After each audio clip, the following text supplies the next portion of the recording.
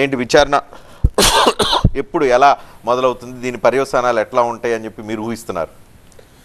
So ఇప్పుడు మీకు agreement చేసినప్పుడు ప్రాజెక్ట్ చేసినప్పుడు టర్మ్స్ ఆఫ్ రిఫరెన్సెస్ ఉంటాయి. టర్మ్స్ ఆఫ్లో అంటే ఒకవేళ దాంట్లో ఏమైనా అవకతవకలు జరిగినా కానీ, దాంట్లో ఏమైనా స్కామ్ జరిగిన తర్వాత ఈ పనిష్మెంట్ అనేది వాళ్ళు రాసుకుంటారు. ఎందుకంటే టర్మ్స్ ఆఫ్ రిఫరెన్సెస్ ఉన్నాయో లేదో ఏమున్నాయో నాకు తెలియదు అగ్రిమెంట్ ప్రకారం.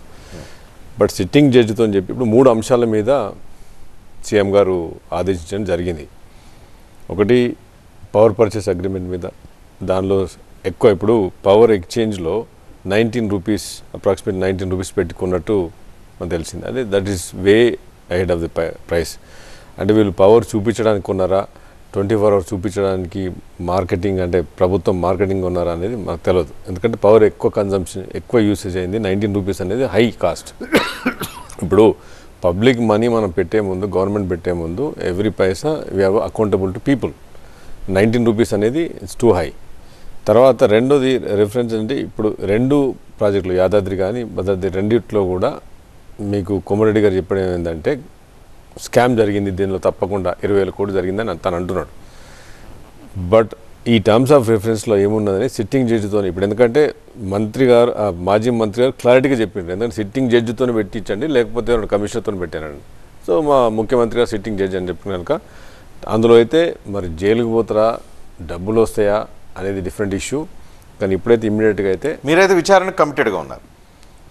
అసెంబ్లీలో already order been issued by CM గారు ఆ మంత్రిత్వ శాఖకు ఆర్డర్ ఆన్, అంటే మీకు అసెంబ్లీ సాక్షిగా స్పీకర్ సాక్షిగా చెప్పడం జరిగింది. ఇక it is a rule, GO is passed, అంటే బేసికల్ అంటే గవర్నమెంట్ ఆర్డర్ అది.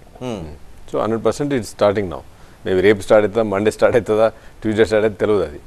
బట్ జడ్జ్ అయితే ఎందుకంటే ఆయన కోరుకున్నాడు కదా, ఎవరు కేంద్రంగా వెళ్తుంది ఆయన మర్చిపోయింది. ఆయన గవర్నమెంట్ పోయింది అనుకోలేదు. వీళ్ళకి బీఆర్ఎస్ వాళ్ళకి ఇంకా అర్థం అవుతలేదు. 10 సంవత్సరాలు అయిపోయింది, ఆయన ఇంకా గవర్నమెంట్లో ఉన్నా అనుకున్నాడు. ఆయన నోట్ల నుంచి ఆయనకి వచ్చింది కదా. వీళ్ళు ఇప్పుడు ఆయన కోరుకునేదే, ఆయనకు తప్పేం చేయలేదన్న కాన్ఫిడెన్స్ తో వచ్చిందని ఎందుకు అనుకోవట్లేదు? చూద్దాం, అది మనకి మీకు తెలుస్తుంది కదా. మేము తప్పు జరిగిందని మేము అంటున్నాము, తప్పు జరగలేదని ఆయన అంటున్నాడు. సిట్టింగ్ జడ్జి చెప్తారు కదా. ఇప్పుడు భానుగారు, విద్యుత్ కొనుగోలు ఒప్పందాలు 19 రూపాయలు యూనిట్, 19 రూపాయలు పెట్టి అత్యధిక డబ్బు పెట్టి కొన్నారు. ఇది వాస్తవ విరుద్ధంగా ఉంది అనేది. అంటే విద్యుత్ కొనుగోలు, ఇప్పుడు మదన్మోహన్ రావు గారు కూడా అనుభవం ఉన్నటువంటి వ్యాపారవేత్త. విద్యుత్ కొనుగోలు అనేటువంటిది ఇండియన్ ఎనర్జీ ఎక్స్చేంజ్ ద్వారా జరుగుతుంది. ఇండియన్ ఎనర్జీ ఎక్స్చేంజ్లో రికార్డ్ అవుతుంది ఏ టైంలో ఉన్నది, ఏ టైంకి ఏ ప్రైస్ ఉంది, అక్కడ బిడ్డింగ్ అవుతుంటుంది. ఆ బిడ్డింగ్ అయ్యే టైంలో కొనేటువంటి అవకాశం ఉంటుంది. ఎవరు ఎక్కువ బిడ్ చేస్తే వాళ్ళు కొనుక్కునేటువంటి పరిస్థితి ఉంటుంది.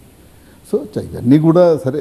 ఇప్పుడు మాజీ మంత్రి గారు అయినటువంటి మా జగదీశ్వర్ రెడ్డి గారు స్వయంగా ఆయన మీద కొన్ని ఆరోపణలు చేసినప్పుడు, అసెంబ్లీలో ప్రస్తుత మంత్రి గారు కొన్ని ఆరోపణలు చేసినప్పుడు, ఎస్ మీ చేతిలో అధికారంగా, ఇంకా ఇప్పుడు మదన్మోహన్ రావు గారు ఏమంటున్నారంటే ఇంకా అధికారంలో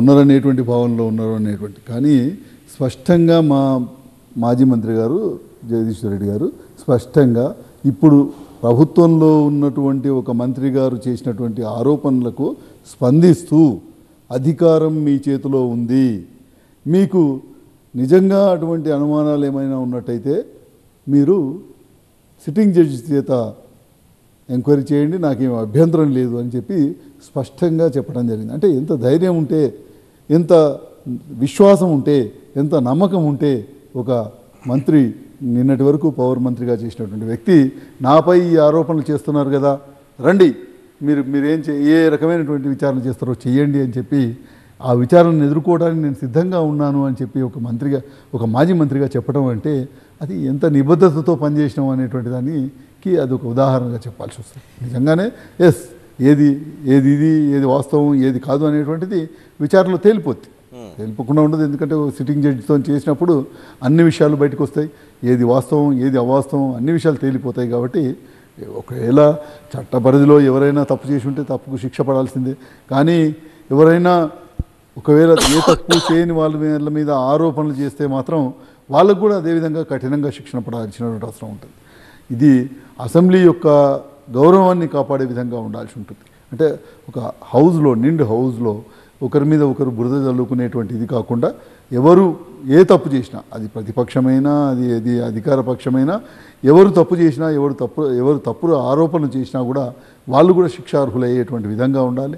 ఒకవేళ తప్పని తేలితే శిక్ష పడుతుంది. అదేవిధంగా ఇది తప్పు కాదని తేలితే కూడా ఇందులో ఏ తప్పు జరగలేదని తేలితే కూడా ఆ విధంగా మాట్లాడినటువంటి వారిపైన కూడా శిక్ష పడాల్సినటువంటి అవసరం ఉంటుంది. కాబట్టి మేము ఖచ్చితమైనటువంటి ఇదిని కూడా మేము దాన్ని ఆహ్వానించినాం. మేము ఎదుర్కోవడానికి సిద్ధంగా ఉన్నాం.